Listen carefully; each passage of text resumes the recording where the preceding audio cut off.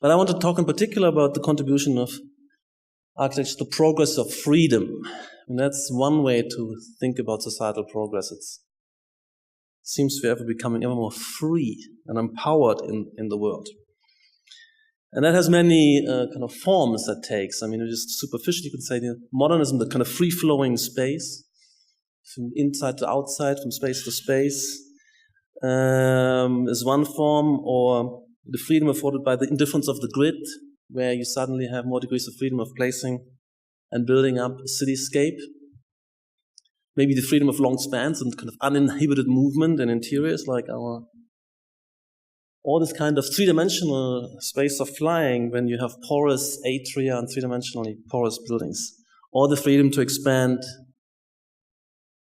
city unboundedly, whereas it used to be kind of encapsulated. But maybe these are kind of relatively superficial notions of freedom we encounter as architects. It's also the degrees of freedom we have as designers. They have been increasing. So now we have the endless forms of nature nearly and more at our disposal in some of our works. We're working on all scales and all the program domains. That the kind of universal competency I've talked about is expressed in Zalin architects in all regions, in all climates, in all program domains, on all scales, from urbanism to interiors and fashion. But I mean, so these dimensions of architectural freedom we kind of superficially or intuitively encounter need to be unpacked and related back to, let's say, societal progress and freedom as a destiny of human history. And that's something which Hegel came up with. How can freedom be defined? So I would say freedom is this capacity to search a path through the universe.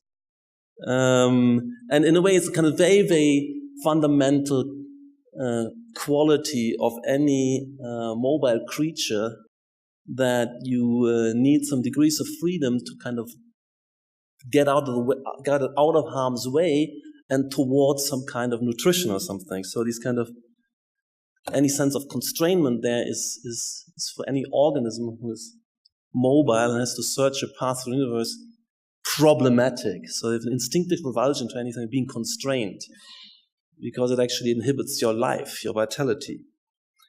So that's Dennett's move. So freedom is advantageous, and therefore most sentient mobile creatures instinctively cherish freedom and resist shackles and controls. It's the absence of constraint. And so the beginning of freedom of action of a living creature is foraging and to move out of harm's way. The more degrees of freedom a creature acquires, the greater are its chances to persist and reproduce. So our kind of love for freedom is incredibly deeply rooted, and we share that with any kind of mobile and sentient creature as being an advantage we would have. However, beyond free random exploration and immediate uninhibited reflexes, it can be advantageous to build up complex chains of action that offer later but greater rewards. In human terms, this is work, and that requires some kind of self-control. So there's kind of interesting dialectic here of building up an empowerment, moves you can make in the world, but kind of not instant quantification. So we're getting into some interesting economics discourse here already. So the next step is, first step for that kind of more complicated story of freedom is not always being always free to make the move. You build up capacity to move more effectively, and that temporarily you plan and self-control. The next major move here is where it seems to be kind of this dialectic of freedom is when it comes with the emergence of corporate work and the realization of associated productivity gains, material freedom, I will talk about it later. And to secure these advantages requires both self-control and social control. That is restriction of individual freedom. And that's something we need to be aware of. And that's also what architecture delivers. It brings us together, but also separates and controls.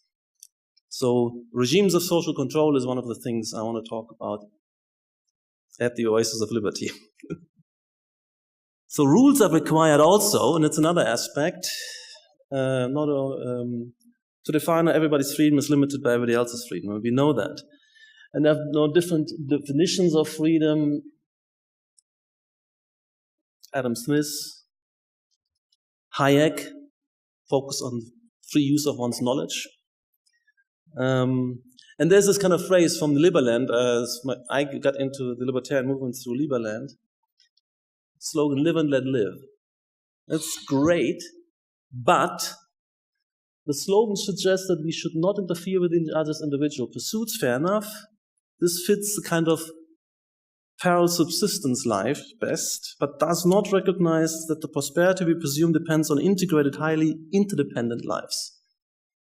That is on productive social cooperation coordinated via an organized or market-mediated division of labor. Both require more specific forms of constraint and discipline than merely live and let live. What I've hinted at already previously. So we're talking about the power of division of labor, which also is expressed in the law of comparative advantage, but also Marx recognizes that this kind of subordination which we achieved, that I call it material freedom, we'll see that later, the distinction between material and social freedom, that kind of empowerment, subordinating of the forces of nature themselves is a product of common labors, and is actually that communality and power is represented and concentrated in the capital structure and becomes materially manifest and is built on cumulatively. And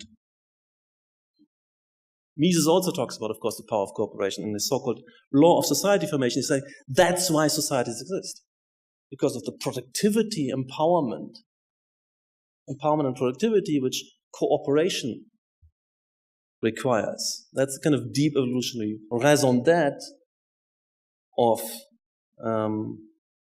society, why societies exist. But we also need to emphasize, at least in my philosophy, progress, innovation. So not being happy to stand still. We've achieved and we're reproducing a social order and the kind of the level of freedom, but we want more. 10 years, 20, 30 years on, we want to continue that incredibly human trajectory, that prosperity engine which is continuously accelerating. Because that's what's the great story of the last. Use freedom to develop a more sophisticated and light-footed and elegant and efficient social order, with maybe new forms of discipline, which are more kind of self-disciplining and more soft and more kind of moral rather than physical. And we are in this period where I believe that a massive expansion of individual liberties, it could actually deliver an enormous expansion of material freedoms. But this depends on new technological conditions which make possible the shift from Fordism to post-Fordism, which is actually the microelectronic revolution. So the computational empowerment and telecommunication empowerment technologically allow for totally new degrees of creativity. I mean, this technological system, capital structure on the right, has an enormous capacity for absorbing innovation. Because it's just these robotic systems can be reprogrammed at any time, monthly, weekly. Or the services where you upload a new app to billions of people every hour. So it's worthwhile to produce an innovation every day. And that's where these people who used to web, but this system couldn't.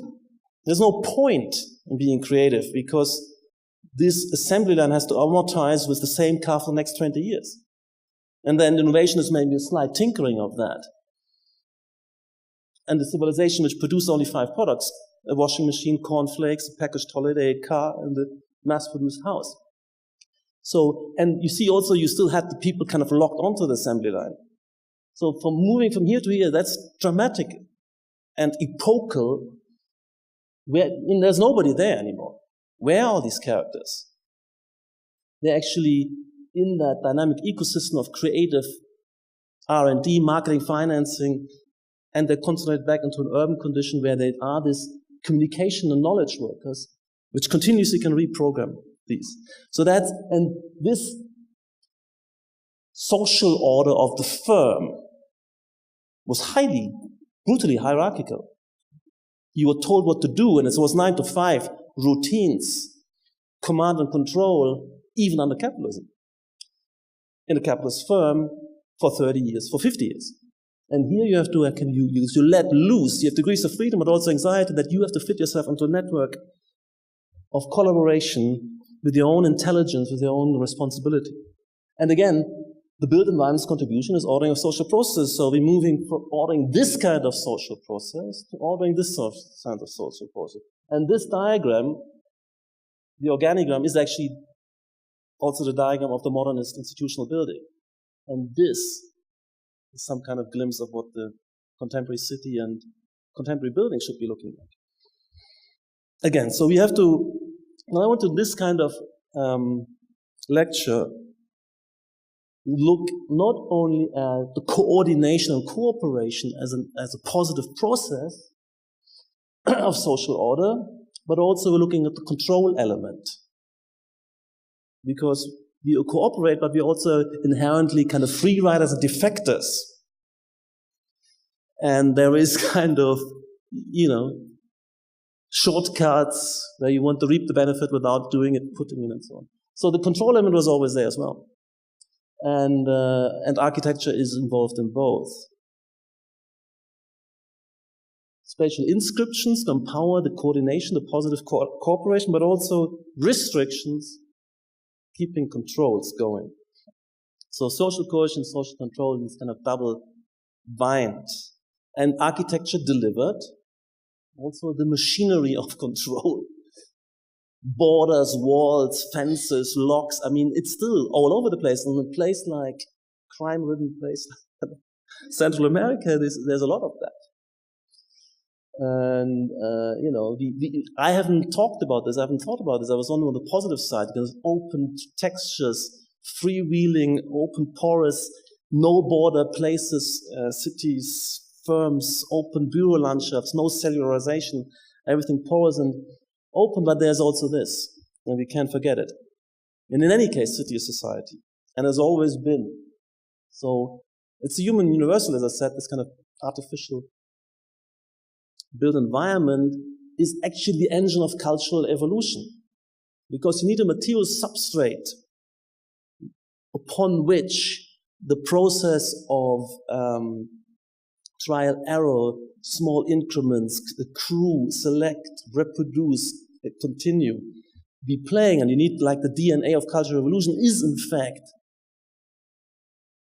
the built environment, the system of tools, artifacts. So if I'm interested in becoming human, from animal to human, by differentiating a social order. And as a designer, I'm also interested not only in the built environments, but also in, let's say, the fashion systems, the kind of demarcations of social roles, personas, identities constructed through and visualized, conspicuously represented through these investment in a semiology of body of people, but also of the built environments of everything. So for me, the design is also always semiotics and semiology. And you can imagine, I mean, this is look like fun and funny, but of course, and it's human universal, bone-breakingly poor people is making all this effort into these kind of decorations. Of course, this is a life necessity. Only those tribes survived who made these investments. So it's like a necessary organ of these creatures. And both respect to the built environment they're investing in and respect to the, let's say, graphic overlay.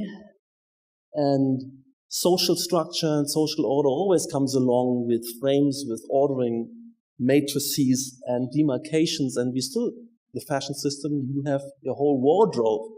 I mean, the amount of money we're spending on this aspect means something, because you needed to sort yourself to communicate yourself into complex social matrix, but also the spatial arrangements which allow any productive communicative interaction, like this seminar requires a certain social spatial order, a space and a place and a social spatial diagram for everything we encounter. And in a way, the body politic or the social body of Hobbes, the Leviathan, is depicted as this kind of cooperative agglomeration of all these people which generate all the kind of organ of the social body. That's the frontispiece of Hobbes' Leviathan, but look at the bottom. That's the metaphor. And that's the reality of the social order becoming materially manifest. That's the city. City equals society. And of course, without that, there couldn't be social processes, the ordering of social processes. And that is always and universal. When you see the scenes is always like this, where you have the different settings and the different costumes and the different players and actors. So they know what the various roles and also rights are. And I want to look at architecture as the architect's task is the ordering of social processes. I'm saying we should always look at our designs with how it distinguishes groups, brings together and orders the actors in the particular institutions these spaces create and establish. So any architectural drawing without those peoples and personas isn't an architectural drawing. It might be a kind of technical drawing. It might be an engineering drawing or contractor's project. It's not the architectural project. Unless you can close your eyes and imagine trivially, stereotypically, where these various people configure, but in an innovative, forward-moving, transformative design language, you need to put in what you mean by this, these actors.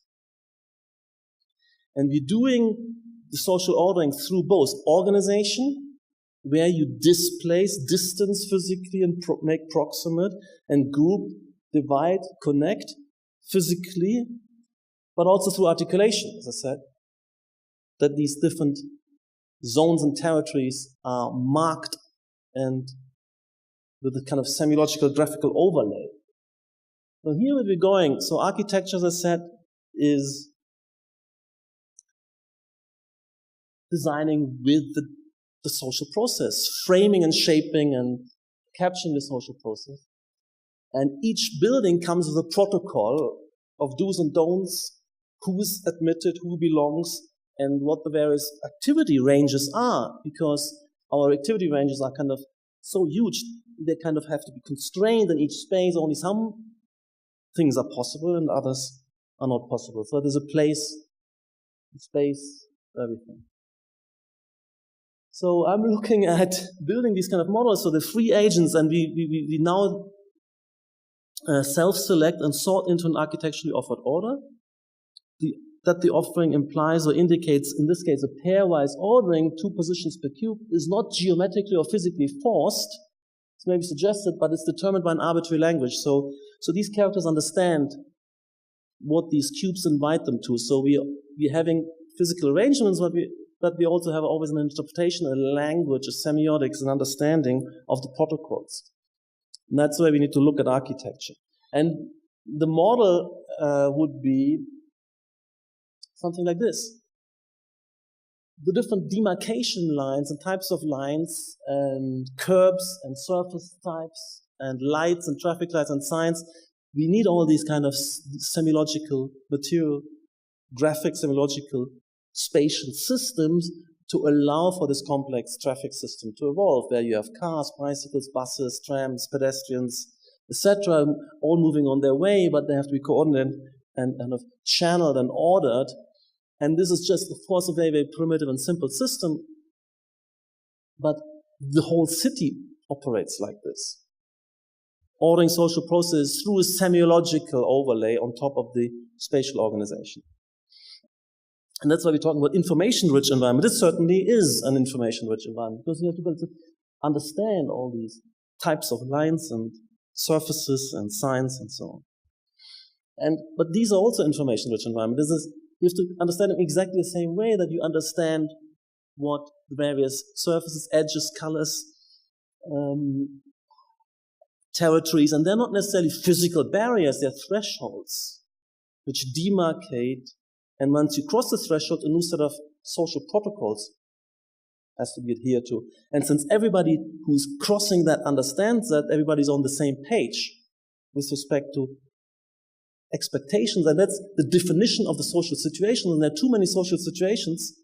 Without that definition, no meaningful communication or social interaction could ever take place. We couldn't even know what's on. But what's on is always inscribed in the space.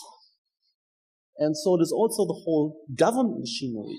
There's only a social machinery through that apparatus, which structured and integrated cooperative process, which is both facilitating cooperation at the same time requiring social control. So I like these images where you can see that social order requires spatial order, and you always have the various spaces and niches. Everything is used for certain interaction processes, and everybody has particular costumes. There's particular social roles in particular places with particular activities, and that's what we're talking about. Okay, so that's one segment. Now,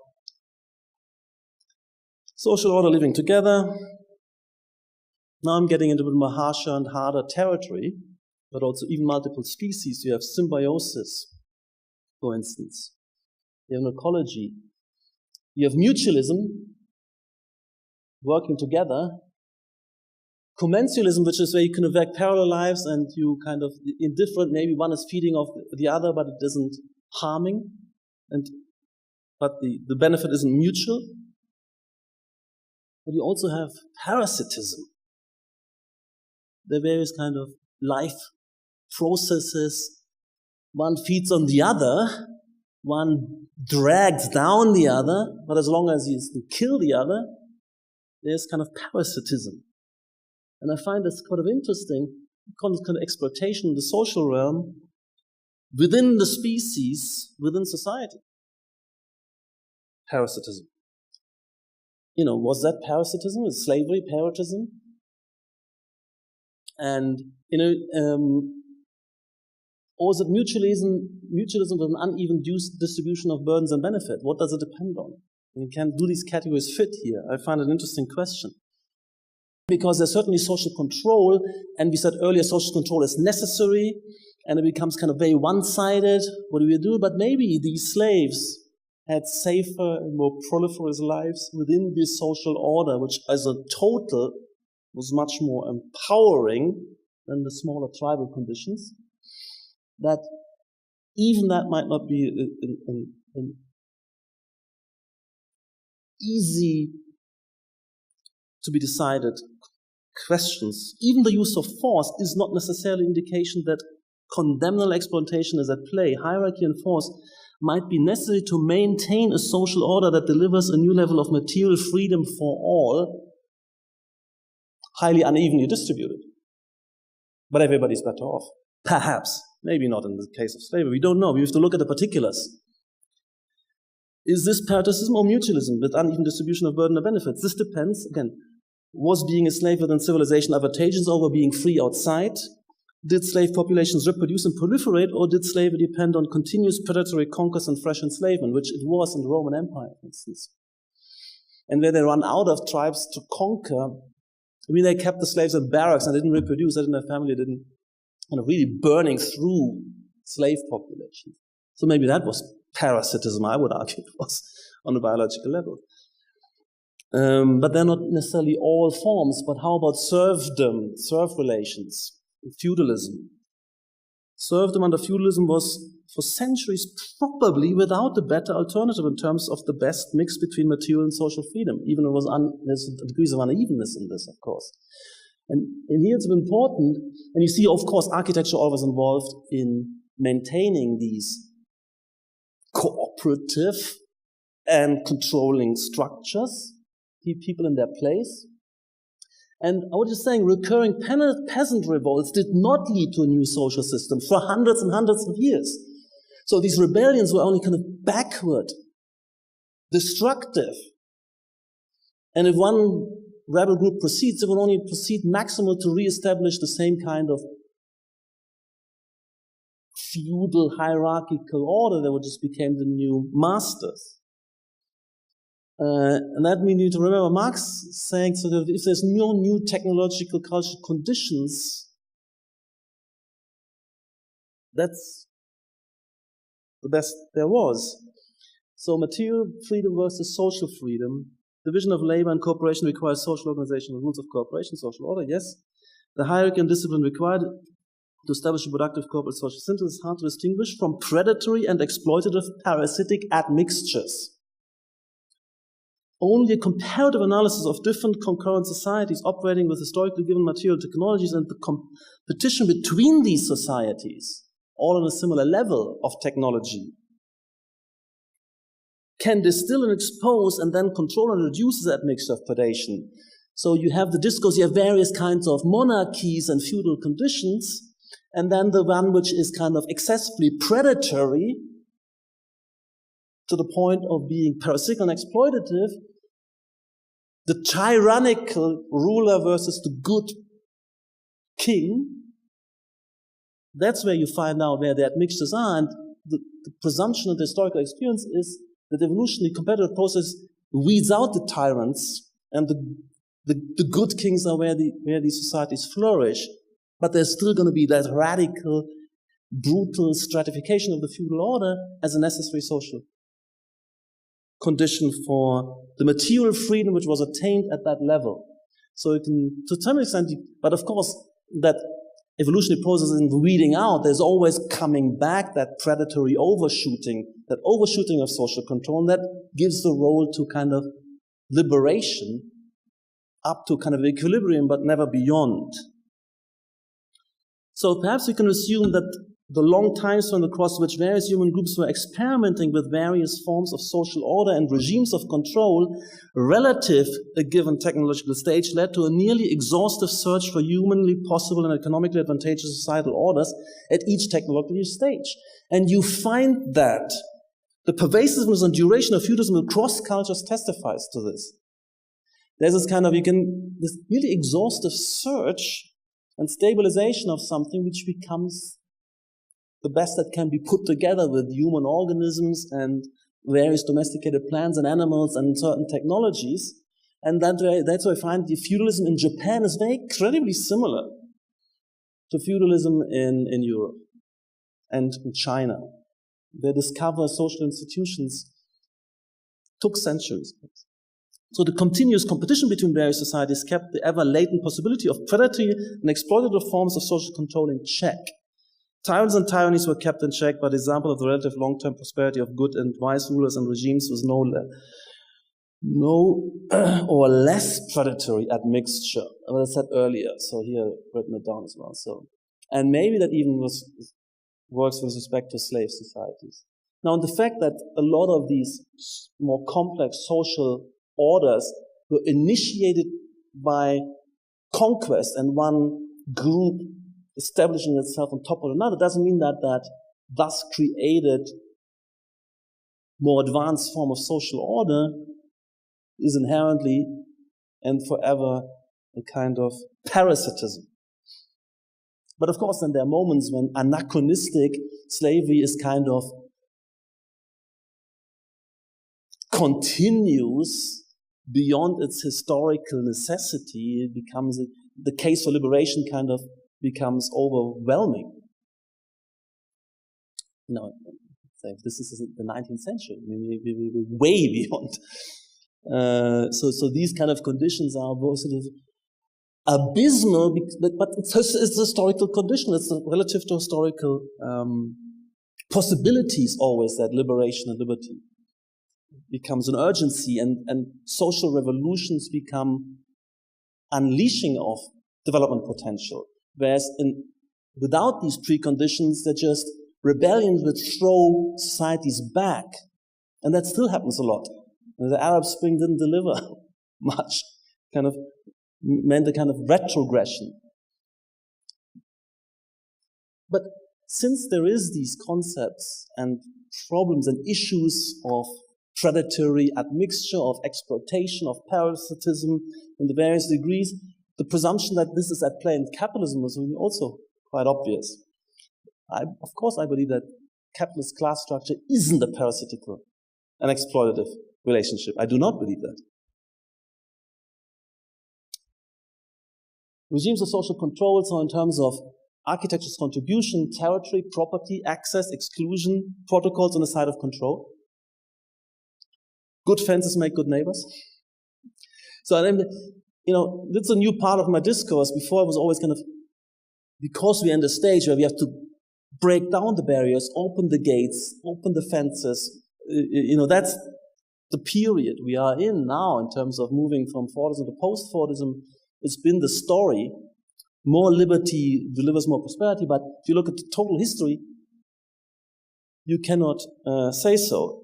Architecture is the expression of the very being of society, that which orders and prohibits with authority express itself in what are architectural compositions. And I subscribe to this, and we need to understand the potency of architecture for social ordering as architects. So we know that we actually have important contributions to make, and we can also make severe mistakes when we get we don't wake up to the new level of social freedom which society can afford, and how this might mean a new architecture. And of course, oftentimes the kind of storming of the Bastille, the kind of raiding of the city walls, of breaking down of these fences and barriers were the expression of rebellions, and it might be just pure destruction. Or it might be revolution allowing for the next stage. And it really depends. That's the revolt against architecture. Storming of the peace symbolic of the state of affairs. It is difficult to explain this impulse of the mob other than by the animosity the people hold against the monuments which are their true masters. And of course, that might be just frustration with that order which continuously blocks instant gratification and appropriation of what the social rules have allowed some of us to accumulate. And he said this: if you attack architecture, whose monumental productions are now the true masters all across the land, gathering the servile multitudes in their shadow, enforcing admiration and astonishment, order and constraint, you are the same way attacking man. It's not only attacking society, but man is, of course, a creature of society, and architecture is a necessary substrate of society. So there's no human without architecture. So this is very important to distinguish socio-economic epochs. And on the left, communism is the kind of original communism of the hunter-gatherer tribes. Not sure how communist that was. And you have the various political regimes. Let's say communism, slavery, feudalism, mercantilism, capitalism, intervention, socialism. That's the kind of the social political regimes. Socio-economic regimes, let's call them. And there on the right, you have more the kind of technological reproduction principles. And of course, they were wrong to presume that socialism and communism will follow from capitalism or interventionism. But capitalism itself, of course, became, as you have these huge concentrations of capital, when you go from 5,000 steel manufacturers to 5 or 3 in a nation, and from 1,000 banks to 3 banks, and these become large kind of integrated production bureaucracies. You have a lot of non-market command and control planning in these big corporates. So this kind of idea that this continues, and then you kind of substitute the managers by some kind of state management, wasn't totally out of line, kind of theoretically. It was a possibility. And then we kind of, also intervention became easy if you had, when 5,000 steel manufacturers became 5, they can sit in the back room and plan their relations, not only internally within their firm, but also arrangements and carve up the economy. So you get, that the state comes, and then they call the state, because when they made those cartel arrangements, of course, they kind of cheated each other and they wanted to kind of force each other. But it's something which isn't an ideological conspiracy. It's false theory ought to begin with. Anyway, so I believe in interventionism was the judgment for me is out whether this was still progress, it was quite a universal phenomenon, or whether there's already the fall down, the kind of the ideologically distorted backlash in the era of Fordism and mass mechanical reproduction was certainly semi-spontaneous, but certainly post-Fordism was calling for neoliberalism and now I believe anarcho-capitalism. The full-on libertarian revolution would unleash enormous prosperity potentials, particularly in the face of these new technological takeoff moment with AI and robotics, etc. That's what I believe. So let's go through them. And each time there's a very particular urban morphology which represents that. And you can see the kind of social organ of the market and the various craft streets, and the church. You still need it. It's a universal as well. Religion, Durkheim says, God equals society. The sense of reverence and holding sacred in God is actually the community, which everybody depends on and needs a kind of commitment. And that the way this kind of crystallizes out of agricultural language in more or less equal, optimized form for this era, thousands of cities like this, medieval cities. And they're all similar size, same diagram, same reproduction system.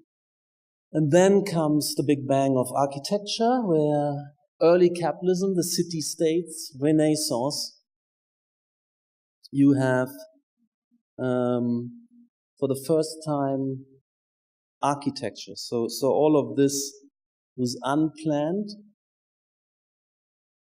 I mean, nobody needs to plan it. You have a burg, you have an initial enclosure which is more or less circular because it's most efficient materially, and then you just build out concentrically.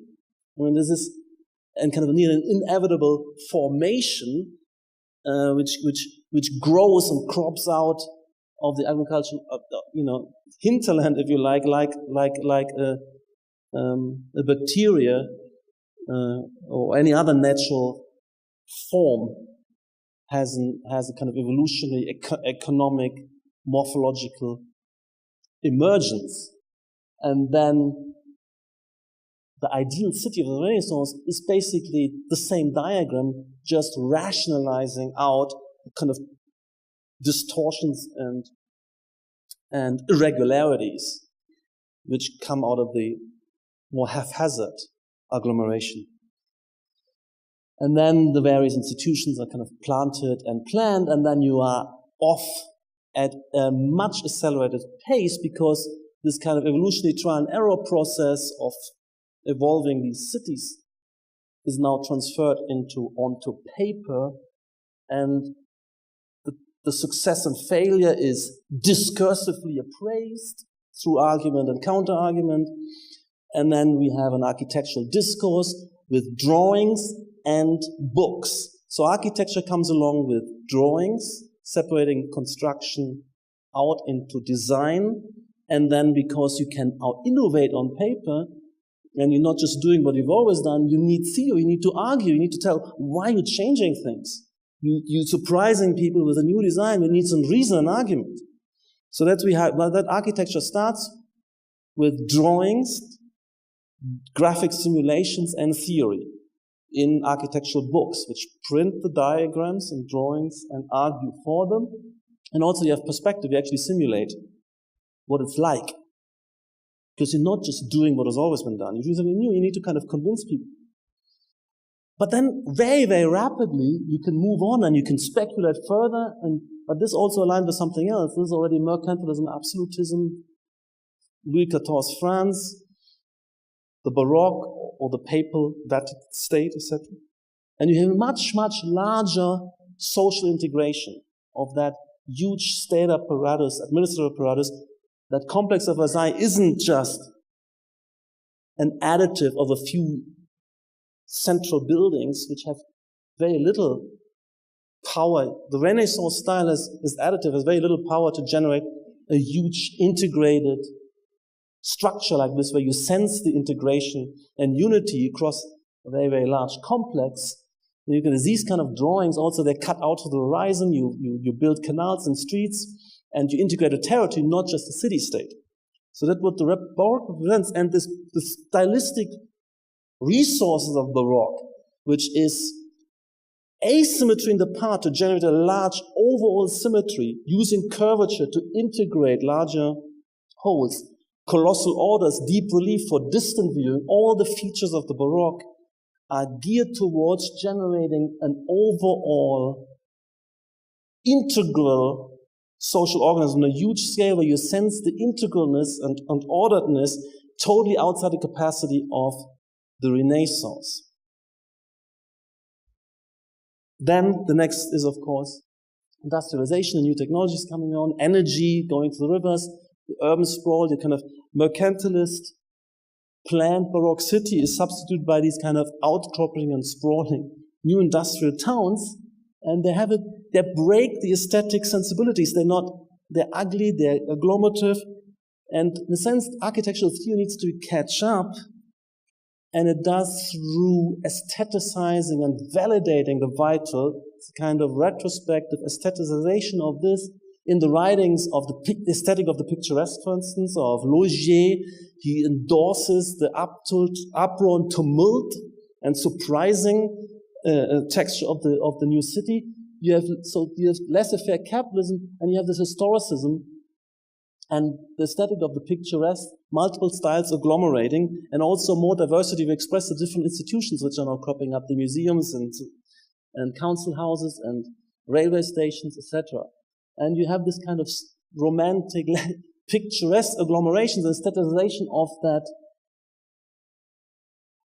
industrial city, which bursts the capacities of the Baroque city-state. By the way, Marx and Engels are the great fans of capitalism, as I said.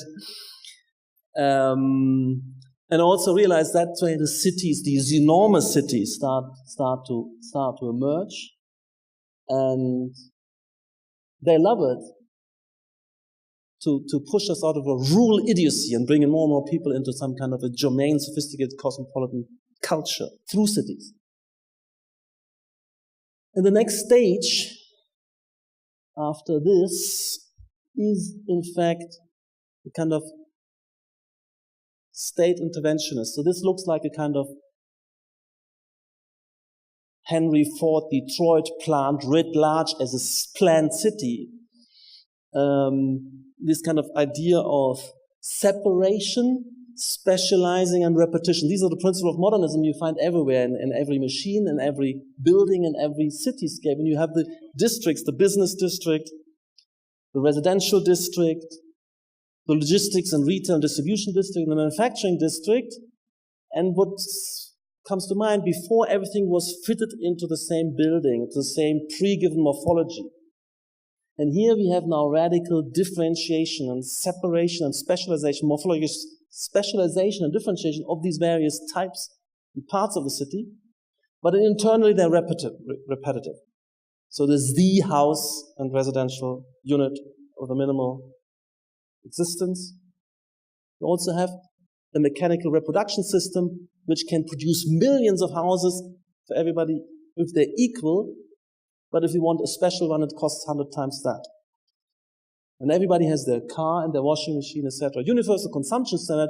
So the egalitarian, the equalization you find ideologically expressed in the period of the early half of the 20th century is actually physically prescribed. Because that differentiation is physically impossible. And being much wealthier makes no sense. I mean, what are you going to have? 5 packages of cornflakes every morning, 5 washing machines, and 5 cars, Volkswagens? That makes no sense. So the kind of equalization, there's a universal consumption standard, and everybody also has to contribute the same, 9 to 5, slot in, and that repetition, seriality is the mechanical mass reproduction. And it's also homogenization of lives, of people, of standards. So you need to think this kind of physicality, and the image of the city, that's Le Corbusier from the 1920s. It's prescience. The world didn't look like this. at all in 1920. This is Corbusier. And this is the world of trade unions and 9 to 5 and mass workers and so on. Mass mechanical production, that's the model of the industrial city. It's actually industrial, large conglomerate. You see separation, specialization, repetition, and it came through and delivered. And you see later, it's exactly what was striking, that the vision of Corbusier became evident, was true. So it wasn't a mistake. It was incredibly prescient. And what the Bauhaus thought through with respect to the new industrial age, in a very small group, people coming in and rethinking industrial design, urbanism, architecture. That's what we're still living on. This is Bauhaus, this is Bauhaus, this is Bauhaus, what you're sitting on at Bauhaus. So they nailed it, and it spread around the world for decades. It was a total remaking of the built environment of the world of artifacts. But we're moving away from this, and state capitalism, and particularly the most extreme form, which is kind of communism or socialism, was no longer viable with the next stage, which we're coming to here. But you can see as well the social organization of the institutional organigram of a corporate or bureaucratic administrative apparatus, whether it's government or industrial, doesn't matter, is exactly the diagram of institutional buildings, of modernism. Separation, specialization, repetition. And it's super simple, There's three things. There's an axis of administratum, there's a residential, a wing, and then there is at the intersection, there's a kind of retail hub. So the question of freedom versus equality, of market versus state, needs to be posed anew in each historical epoch. So this is a kind of historical condition. Now, socialism had to collapse. Britain was, with all its kind of nationalized economies, was falling so behind, and you needed, it was so bad that Thatcher revolution was possible, and Hayek finally got the Nobel Prize and also was heard because the system couldn't continue, but it's also an historical condition. I don't have to read all this, but I mean, that's a symbol of this, where these kind of modernist satellite cities, sleeping cities, were just dynamite, and people voted against them with their feet. They pulled out and moved back to the historic centers. This kind of urban renaissance, a reconvergence of the historic city, and this kind of layering of new buildings into old cities, that collage city, that's the moment of postmodernism, deconstructivism. And we're still within that process of urban concentration and layering with parametricism as well.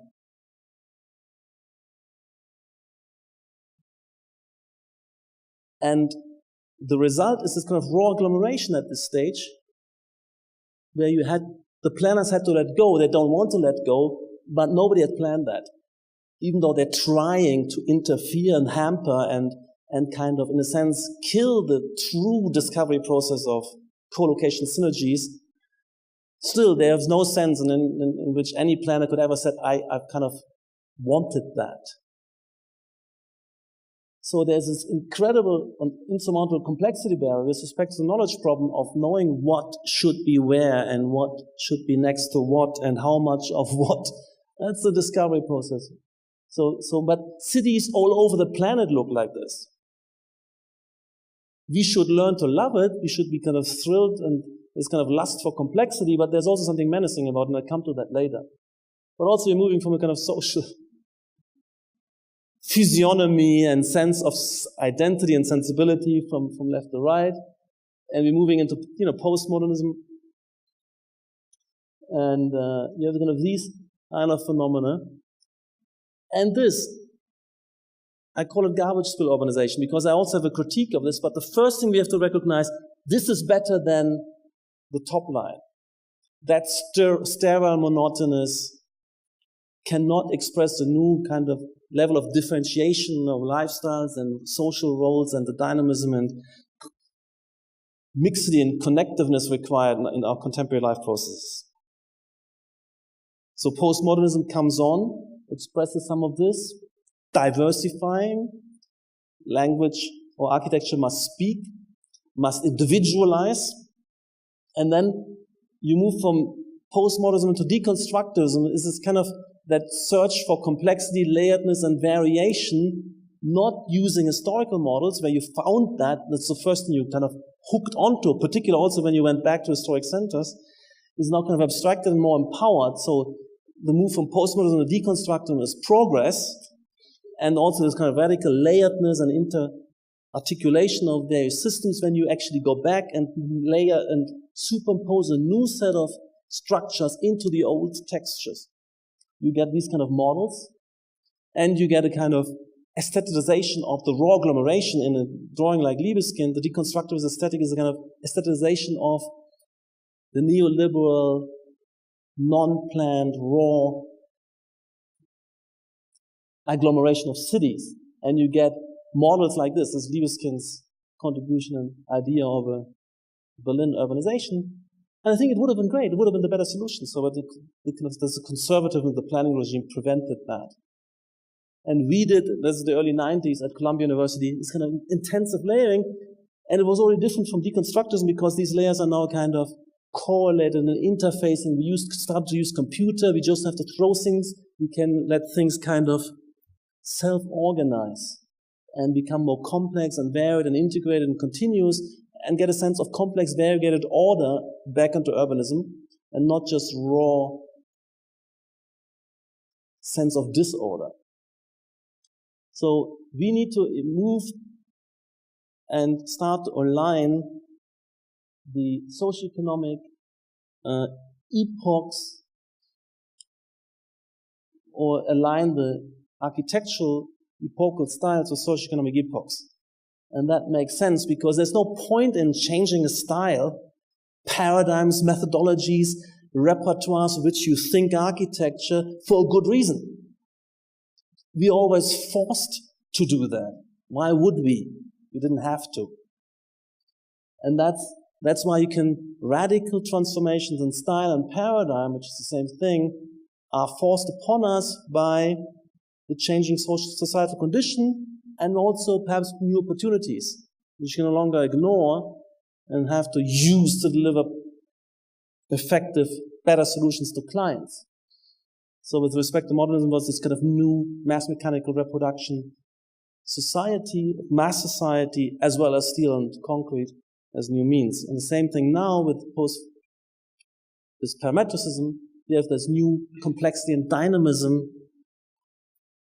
of highly dense and intricate and interlocking, and ever incomplete and ever evolving societal structures. And we have new means to deliver towards this with new computational generative processes of design.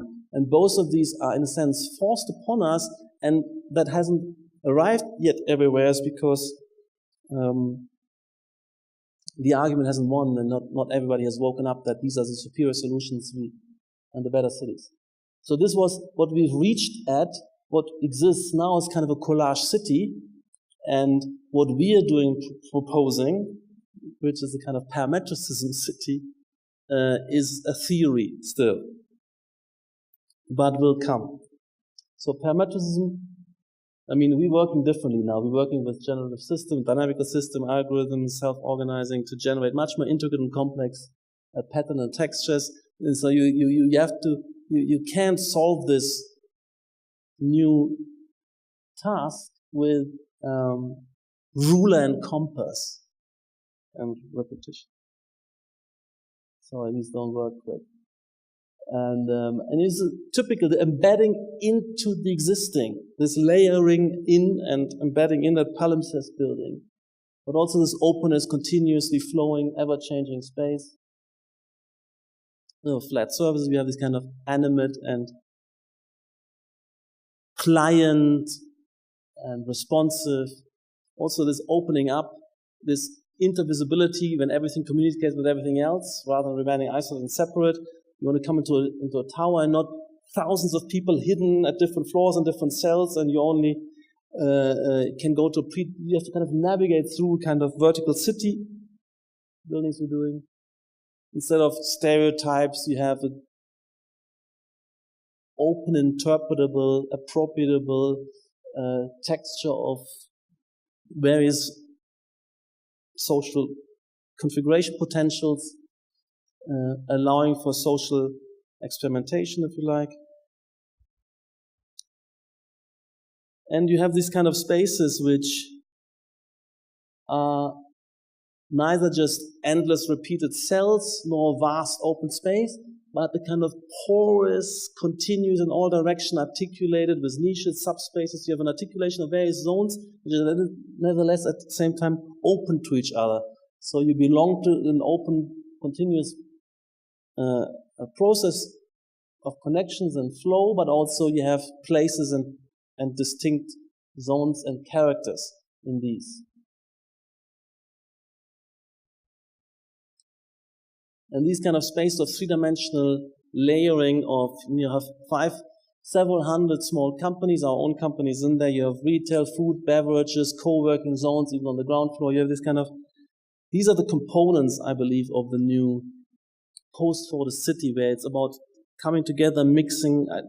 So it's atria, internal connecting up the various spaces, bridges connecting the various buildings, a lot of outdoor spaces.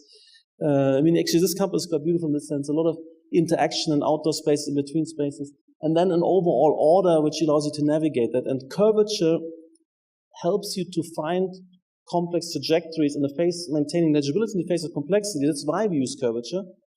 Also, the kind of distinction between convex and concave, you're inside and outside, and there's more kind of legibility in these spaces. And this idea of thousands and hundreds of people being inter-aware, inter-visible, and inter-communicated in spaces like this we're building right now. So instead of this random agglomeration or endless repetition, you have variation, differentiation, and you can lock in and adapt to existing conditions. So you have kind of lawful variation and differentiation. I think something like this would emerge more spontaneously in a totally free market. And I'll talk to you later how I argue this. I will not talk too much about this, the next stage of pragmatism. So instead of these kind of fluid and soft surfaces, we have a much wider range of types of surfaces and geometries. We've absorbed a lot of engineering intelligence, environmental intelligence, fabrication logics. So we have a much more variety, but we have the same pliancy and adaptiveness.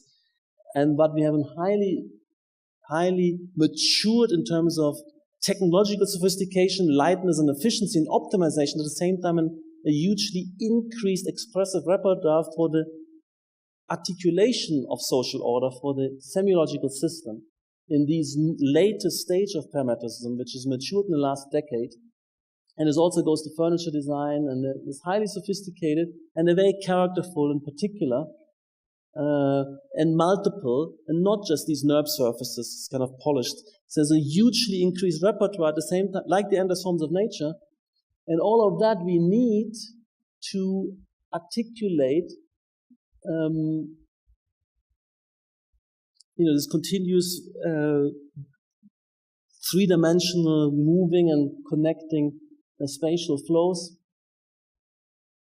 And this is different campus designs, for instance, for Google Campus. And when we talk Google Campus, we're talking 6,000, 10,000, 12,000 people, many, many different types of departments. And we're trying to use systems which differentiate the various spaces. And you see these shells are very good to see the unity. You can see that what if two spaces intersect. You can have various degrees of density and size and nesting and transparency. There's one design at DSD Harvard, another one with these grid shells, another one with catenaries, each trying to have a huge differentiation and variation of grain, of texture, of space. But at the scale of this, each of them becomes monotonous. So we need all three of them together, or we need the different types of semiology coming out of tectonism. So you have different formations, different colors, materiality. So there's similarity across and distinction. Both similar, what belongs together and is distinct in both directions. So you have a network of similitude and contrast for the semiological project, but the palette is not some kind of random color coding like a traffic sign, but actually the tectonic material engineering logics will become a palette of articulating societal differences and sub-departments and spaces. And the same is with environmental logics imprinting themselves and differentiating the direction at which you look at a place.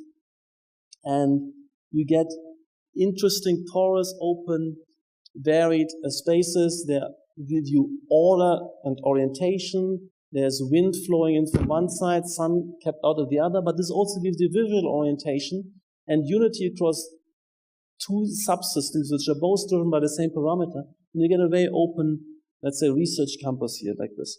So these are the means and articulatory means of parametrism applied to a typical post-Fordist condition like a research campus, with courtyards, with etc. etc. We had that a few times, and I'm just walking through this. And when we look at the social relations which underlying this kind of productive systems, and we look at the dynamic ecosystem, and we look at corporate structures and the labor process and work process, it's really at the heart of the social process, because that would derives in the when you build your life around your work requirements. You move with the family where the work is, you live in that pattern, which makes you more productive, because that's natural, because that what gives you material freedom and prosperity, and you can arrange so you not necessarily live with your grandparents and brothers and sisters who all fly into different cities around the world. You have you also yourself mobile. Your friends are maybe only for a few years and not decades. I mean, you give up a lot of things to be more productive.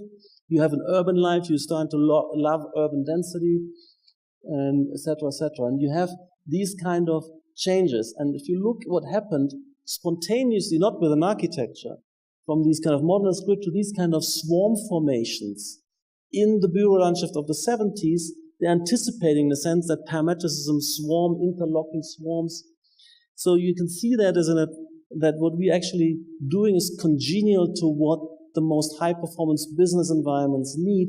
Parametricism is high-performance architecture for social. You can radicalize that into 3 dimensions.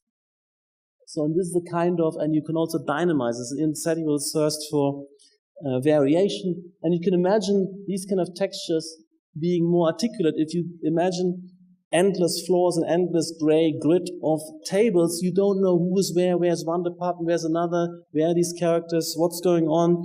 It's totally disorienting. That monotony is as disorienting as the kind of raw agglomeration. So we're having these kind of spaces, and we're starting to populate them with social process simulations. So as I said, always bring the people, always bring the interaction processes into the systems. And this is the kind of interesting research. Look at how these Google and high-performance technology companies, how they work, what kind of social relationships they have, how they interact with each other, what mores and morals and sensibilities they have, but also what environments they occupy. And that is kind of telling and interesting. And that, again, that these thresholds and distinctions are no longer physically controlling. We need to be inter-aware and inter-observant, and we then use communicating thresholds to order ourselves into situations rather than physical barriers and fences. And that's the kind of sign of progress. But also we need these kind of substrates to self-order into. A gray neutral surface would be bland and wouldn't allow for anything to agglomerate quickly and determinatively. So we need this kind of structuration of the field, and now we need to test it out with information. So these kind of complexity of social relations, networks, interlocking domains, you're part of many social circles. How do you express this architecturally? You're part of many teams within a firm. You're part of many life circles, and they should intersect in the territories you're moving in. And for that, you need open, non-physical barriers. You need thresholds. You can, in these kind of textures, you can be multiply positioned with various degrees of belonging. And we can start to have these open settings and understanding what they mean and test them out through these kind of simulations. These kind of swarm formations of furniture. And they can also reconfigure and become mobile and active, and they become intelligent, and you have a social process between AI-empowered furnishings and human beings who understand these signals and signs and what's going on and the situation as it evolves. And within one day, you have many more situations and participations and communications of meaningful kind than another one. And I leave you with these. So we're now developing these open, porous, differentiated, and intricate spaces, which are also partly kinetic.